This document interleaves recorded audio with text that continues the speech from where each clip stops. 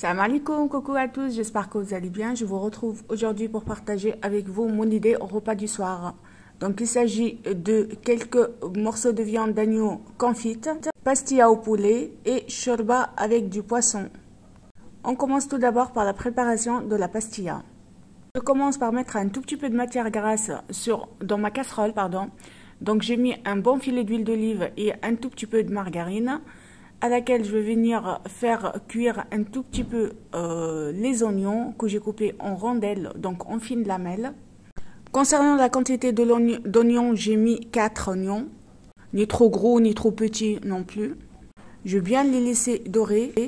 Après, je vais venir ajouter mes blancs de poulet et je vais les laisser bien cuire. Je vais par la suite ajouter mes épices et un demi-verre d'eau.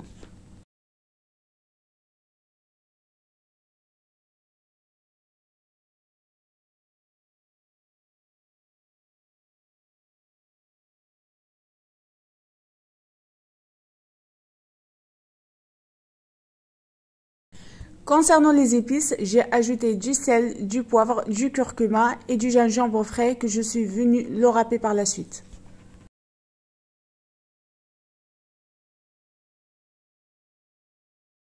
Je mélange et je laisse bien cuire sans ajouter de l'eau pour que les épices puissent s'imprégner dans la viande bien comme il faut, que ce soit la viande bien savoureuse et bien tendre.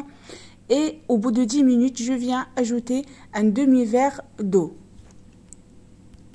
Et je vais couvrir, je vais laisser cuire par la suite, jusqu'à que l'eau que j'ai ajoutée réduise complètement. Bien évidemment, mon poulet, il faut qu'il soit bien cuit. J'ai oublié de vous dire, j'ai ajouté un tout petit peu de persil. De toute façon, je vous mettrai la recette détaillée en barre d'informations. Au bout de 15 minutes, ma sauce a bien réduit. Je viens sortir le poulet qui a bien cuit. Je vais venir effilocher le poulet.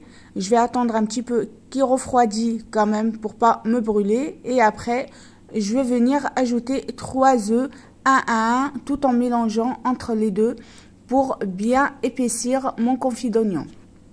Je laisse refroidir cette farce et avec le poulet aussi. Après, je vais passer au dressage de ma pastilla. Je vais faire une pastilla familiale dans un plateau, un moule à cake plutôt.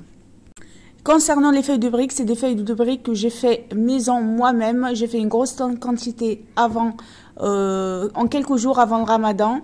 Et je les ai mis au congélateur et je sors petit à petit. Vous pouvez faire la pâte philo ou les feuilles de briques du commerce. Il n'y a vraiment pas de problème. Et je monte ma pastilla comme ceci. D'ailleurs, concernant la pastilla, je ne vais pas mettre des amandes, ni sucre glace, ni cannelle en poudre, car on n'aime vraiment pas ça. Je divise la farce le mélange oignon confit et œufs que j'ai fait cuire. Je fais la moitié au fond du moule. Je viens par la suite ajouter l'intégralité de mes blancs de poulet que j'ai effilochés. Et par la suite, je viens ajouter la deuxième quantité de mon mélange œufs, oignon confit. Après, je vais venir fermer, rabattre mes feuilles de briques une sur l'autre comme ceci. Et pour que ça colle bien, que ça évite que la farce sorte au moment de la cuisson, j'ai pris un tout petit peu de jaune d'œuf avec un tout petit peu de lait. Et je vais venir souder les feuilles comme ceci à l'aide de ce mélange œuf-lait.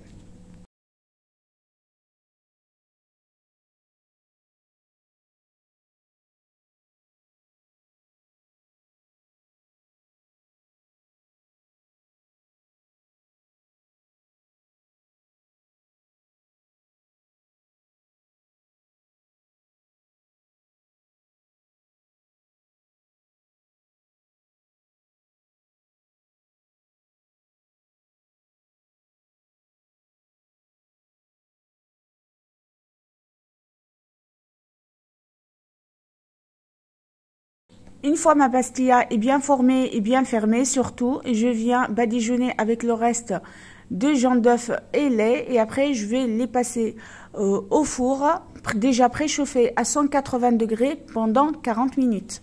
Il faut que ça soit bien doré, que ça soit bien croustillant. Il ne faut pas oublier qu'il y a plusieurs feuilles de briques. Donc il y a une bonne couche, il faut bien la laisser cuire. Et je passe directement à la préparation de mon tagine d'agneau. Ce tagine, j'ai pour habitude de le faire et le servir avec un riz pilaf et ou purée de pommes de terre, pardon. Sauf que là, pendant le ramadan, je sais qu'on va pas finir, on va faire du gaspillage. Du coup, je vais le faire comme ça, sans rien à côté. Ni purée pommes de terre, ni riz. Juste de la viande avec de l'oignon confit et du miel. Donc pareil, je commence par mettre un bon filet d'huile d'olive avec un tout petit peu de margarine. Et je vais venir mettre mes morceaux de viande d'agneau. Donc c'est le bas du gigot d'agneau en fait. Je vais venir les retourner tous les 2-3 minutes pour les faire dorer de tous les côtés. Et je viens par la suite ajouter mes oignons coupés en lamelles et mes épices. Je couvre d'eau bouillante et je laisse cuire pendant 2 heures à 3 heures à feu doux.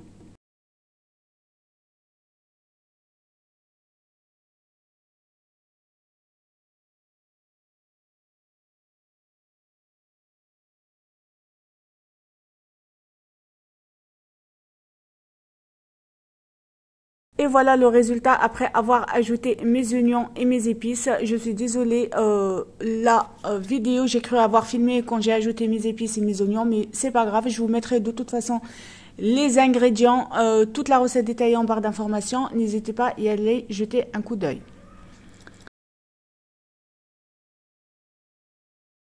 J'ai ajouté 1 litre d'eau et je réduis le feu et je laisse cuire à feu très doux. Donc pendant 2h30 voire 3 heures. Et maintenant je passe à la préparation de ma shorba avec des filets de Roger. Ici j'ai des filets de Roger sans arête que j'ai déjà acheté, déjà congelés au magasin Métro. Il n'y a pas d'arête du tout dedans, ils sont très très bien. J'aurai besoin également de shorba fric, d'épices, je vous mettrai les ingrédients en barre d'informations, je le répète, des tomates concentrées, de l'harissa, des gousses d'ail et un tout petit peu de coriandre. Je commence par mettre de l'huile d'olive au fond de ma casserole.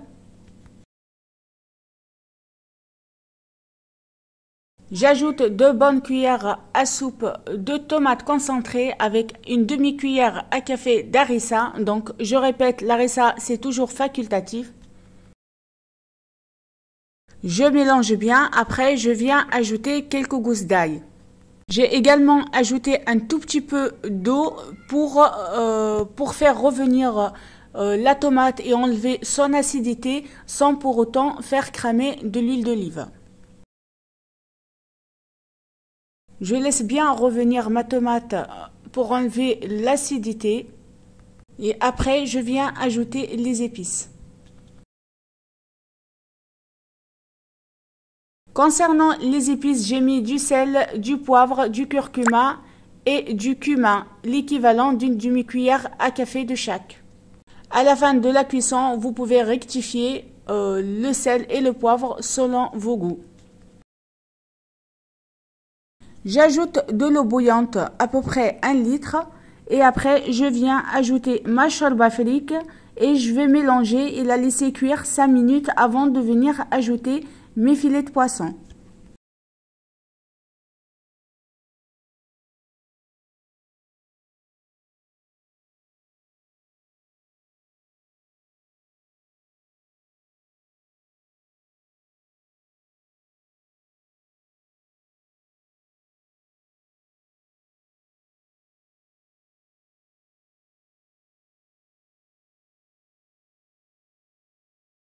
Je mélange et je laisse cuire pendant 10 minutes.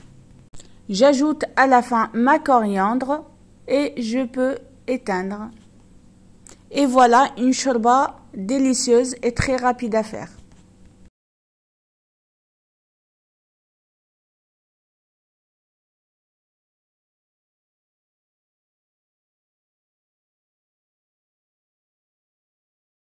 Et pour le dessert, nous allons passer tout de suite, du coup ça sera une panna cotta à la mangue. Cette recette, je la fais dans le Thermomix, vous pouvez la faire dans une casserole directement, vous n'êtes pas obligé d'avoir un Thermomix pour pouvoir la réaliser et je vous mettrai tout en barre d'informations.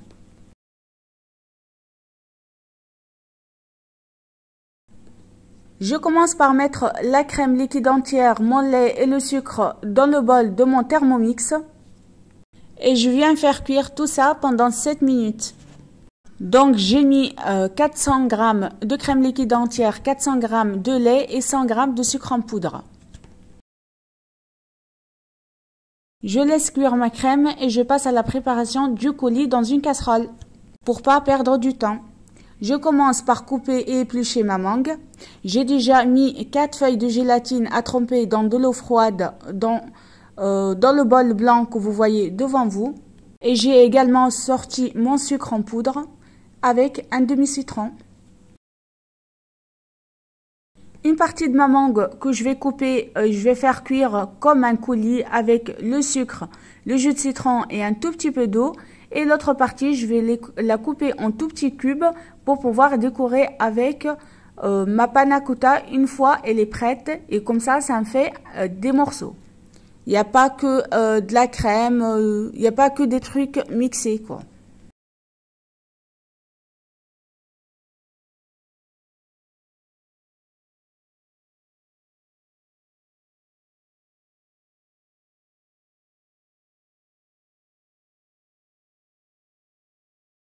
Je mets la moitié de ma mangue dans une casserole avec 2 cuillères à soupe du jus de citron et 2 cuillères à soupe d'eau et 1 cuillère à soupe de sucre.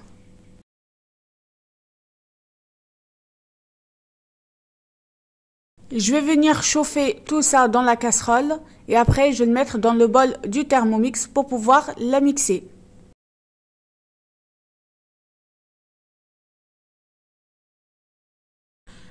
Pendant ce temps, ma crème a bien été prête. Je suis venue ajouter la gélatine que j'ai égouttée. J'ai mélangé un bon petit coup, histoire de faire fondre la gélatine dans ma crème. Après, je viens diviser cette crème dans mes 6 verrines.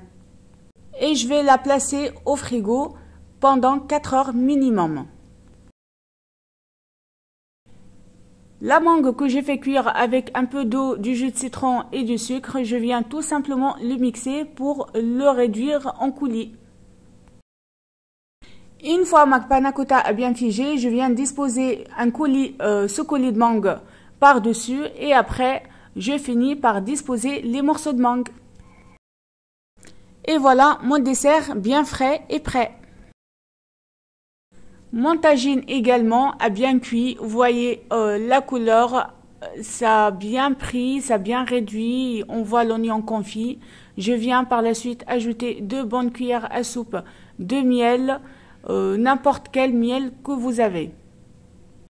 Là, ici, j'ai du miel de romarin. J'ai miel de fleur, mais j'ai préféré ajouter du miel de romarin pour ajouter un peu plus de goût. Vous inquiétez pas, si vous n'aimez pas le sucré salé, ça sera pas sucré. Vous inquiétez pas pour ça. C'est juste pour rendre l'aspect caramélisé de la sauce et de l'oignon.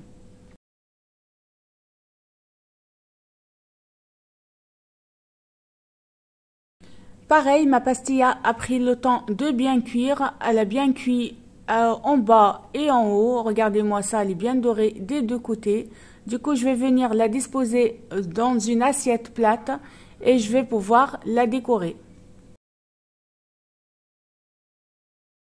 Il m'en restait 2 feuilles de briques que j'ai coupées en lamelles comme la tagliatelle que je suis venue disposer dans un plateau à paella et j'ai fait griller dans le four en même temps que la paella.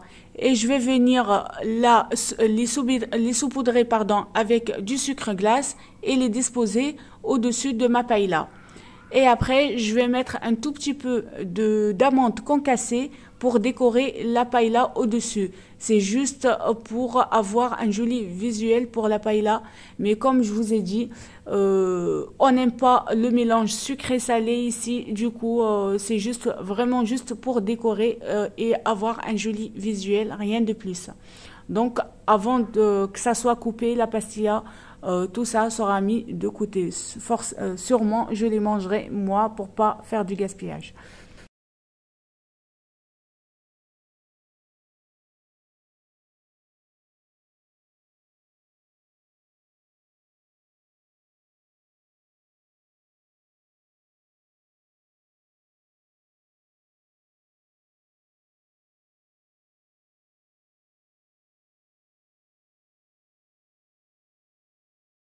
Au bout de 4 heures passées au frigo, ma panna cotta a bien figé. Je suis venue par la suite ajouter mon coulis de mangue que nous avons préparé ensemble et les morceaux de mangue. Et je l'ai remis au frigo jusqu'au moment du ftour et j'ai hâte.